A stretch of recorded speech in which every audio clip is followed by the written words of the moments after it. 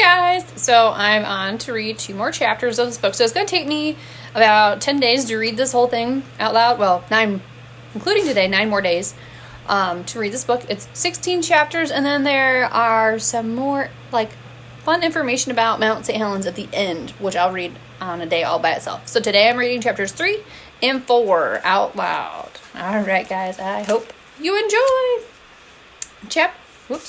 Not chapter 5. I put my, post-it in there to remember where to stop at, and I was skipping chapters.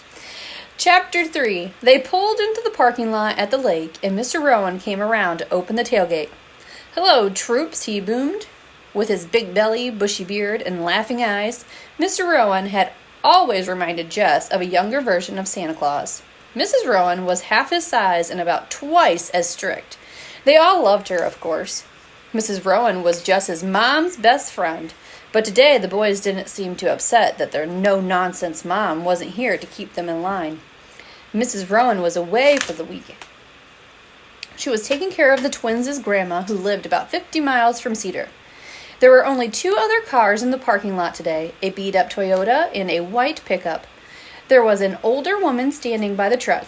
Even from a distance, they could see her long gray beard. See her long gray braid and bright smile. "Hello," she called out with a wave. "What a day!" "You said it," Mr. Rowan exclaimed. It was usually pouring rain around here in late March, but this morning the sky was bright blue and the sun shined down. "And just look at our pretty mountain," Mr. Rowan said, putting an arm around each of the boys and smiling up at St. Helens. The mountain's lower slopes were blanketed with green trees. The top was covered with snow. Its perfect triangle peaks sparkled in the sun. Jess always felt a flash of pride when she looked at St. Helens. No, it wasn't as famous as Mount Hood across the border in Oregon, and it wasn't as tall as Mount Rainier, which loomed over Seattle, about 200 miles to the north of Cedar. But folks who lived here knew St. Helens was the most beautiful mountain in the Cascade Range, and if most people had never heard of it, who cared? Mr. Rowan gathered his supplies and headed to his fishing cabin. "I'll be organizing my gear," he called. "Don't go far. And Jess, keep those boys out of trouble." "Will do," Jess promised. Jess and the boys watched him disappear down the little path that led to the cabin. "This is going to be fun," Sam said, rubbing his hands together. "Fun?" Eddie said. "Let's face it," Jess said. "We have nothing better to do." The twins nodded. Cedar wasn't a terrible place, but it sure was dull. Only about 400 people lived there. The closest grocery store was 20 miles away. Last weekend, the big excitement was the elk that wandered onto Main Street and blocked traffic for an hour. But Jess and the twins had their mountain in their forest, and they had each other. Eddie held out his hand, palm up. Jess and Sam laid theirs on top of his. Coming up. Say hi. Sorry, guys, I had a phone call. You probably heard part of that conversation. All right, let's finish. Eddie held out his hand, palm up. Jess and Sam laid theirs on top of his. It was a 3-way secret handshake they'd made up back in kindergarten. "All for one," Sam said. "And one for all," Jess and Eddie chorused. Dad had taught them that saying a long time ago. It was from The 3 Musketeers, which was a book way before it became the name of a candy bar. The book was about 3 best friends who'd do anything for each other.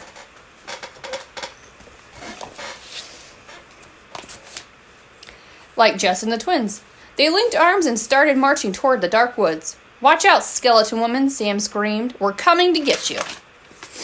Chapter 4.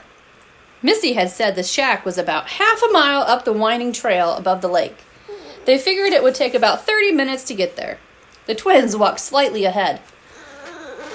Right away, they started bickering about who was the best pitcher on the Seattle Mariners. The baseball team was only 3 years old, and it wasn't very good. But the boys had become instant fans. Their dreams was to see a home game in person. But they'd never been to Seattle. Neither had Jess. Missy had gone there last month for her birthday. She'd come back bragging about eating at a fancy steak restaurant. And of course, she'd seen a Mariners game. The twins hated hearing about that. Soon they crossed over into the best part of the forest. with old trees that soared up so high it seemed they were touching the sky. Jess breathed in the spicy smell of the pines. Her ponytail swung in the chilly breeze. Her mind drifted and the twins' bickering voices faded. She walked with light steps, whispering the names of every tree and flower, careful not to trample any saplings or mushrooms as she stepped. It was how Dad had taught her to be in the forest. He loved it so much here.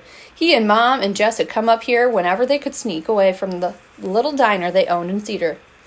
They'd camp under the trees and hike the trails.